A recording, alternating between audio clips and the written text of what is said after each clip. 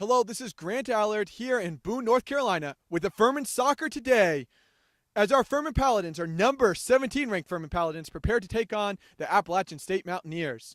Our Furman Paladins come into this game with a lot of momentum as they are on a 6 consecutive game winning streak. They have also been able to keep the ball out of the net for all 6 games. Our Furman Paladins have won 7 games on the season, having ranked number 17 as we already stated, and they are coming in with a lot of goals scored. They have scored over 21 goals this season. Our scoring leader obviously is Bobby Edit, but we have 3 players in 3 goals and 3 players also on 2 goals. The Furman Paladins' most recent result is a 1-0 victory over James Madison University in double overtime. Tyler Peoples being the scorer last night, actually, as our Furman Paladins prepare to play the Appalachian State Mountaineers tomorrow, September the 29th at noon. That's a noon kickoff here at the Ted Mackerel Soccer Complex. We'll catch you up with some interviews as well as some highlights of last night's game, some interviews from last night, as well as maybe an interview or two from this practice today to be able to give you some points of what the Furman Paladins will have to do tomorrow to be able to win the match. Our Furman Paladins beat the James Madison Dukes in the first ever meeting of these sides 1-0 in a double overtime finish. Obviously, this game saw a run of chances go for the Paladins, but it took a save from Sven Lisek at the end of the first overtime period and a goal from Tyler Peoples to see the JMU Dukes off.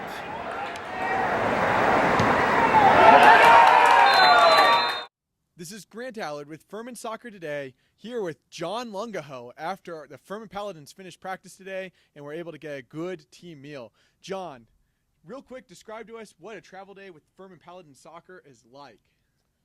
We just wake up, travel, get on the bus, get on the road, and then we come to the hotel. We got to hang out a little bit, play a little FIFA, watch a little football, and then we had to go train for a bit. And then we went to dinner, and now we're back here.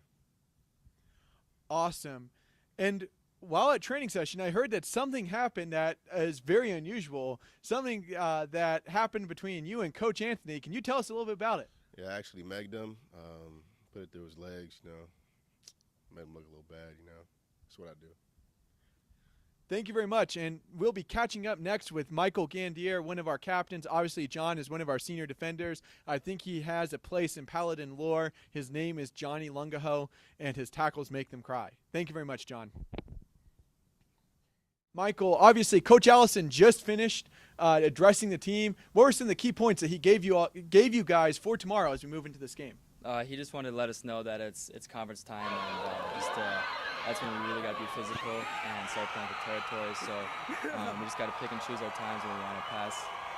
But yeah, it's a different beast when it's conference time. So we just got to make sure we match the intensity tomorrow. As a player, obviously, you guys, every game is a little bit different, and the natures of games are a little bit different.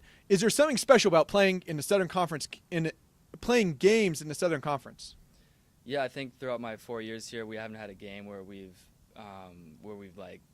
just outplayed someone so bad that it's just ended up being 5-0.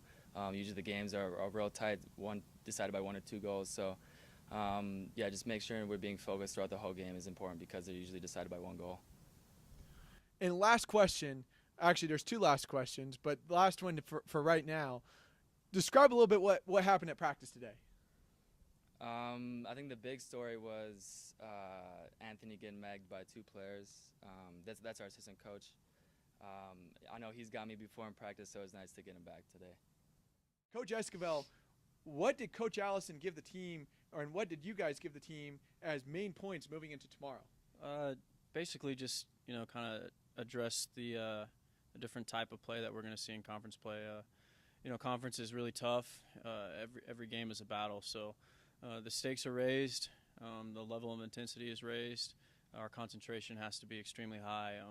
Every game in conference is, like I said, a battle. So games are really close and always seem to come down to the wire. Hopefully we can continue to have some success. We're 7-1 right now, so I think our boys are going to be ready. We've had some tough games, and that's prepared us well for these tough conference games. Can you set the record straight about what happened in practice today? I definitely can, yeah. I have a long history of Megan players. even in my time when I was a player. Andy Kidd, a former teammate of mine, I used to make pretty much regular every practice. Matt Foxhall. It was just part of my everyday training was to get 1 or 2 megs with some of my former teammates. So, when I do jump into sessions, I don't make it a goal of mine to get a meg. I think with my game, it just naturally happens. I was able to meg John Lungaho in a simple 5v2 game. And I understand he was a little bit frustrated, and he thought we weren't really taking it serious. So, it was an unfortunate situation for Johnny. But to Michael Gandier's credit, he did meg me. And, for every 100 megs that I do pull off, there is 1 or 2 that slip between my legs. That's a very good old Texas saying we have here. Coach Anthony Esquivel, we appreciate his time, and we'll let him go as our Furman Paladins are preparing to play Appalachian State tomorrow at noon, September 29th at noon, and you can catch that here at Furman Soccer DRT as well as on Twitter at Furman Soccer. We look forward to seeing you. Go Paladins.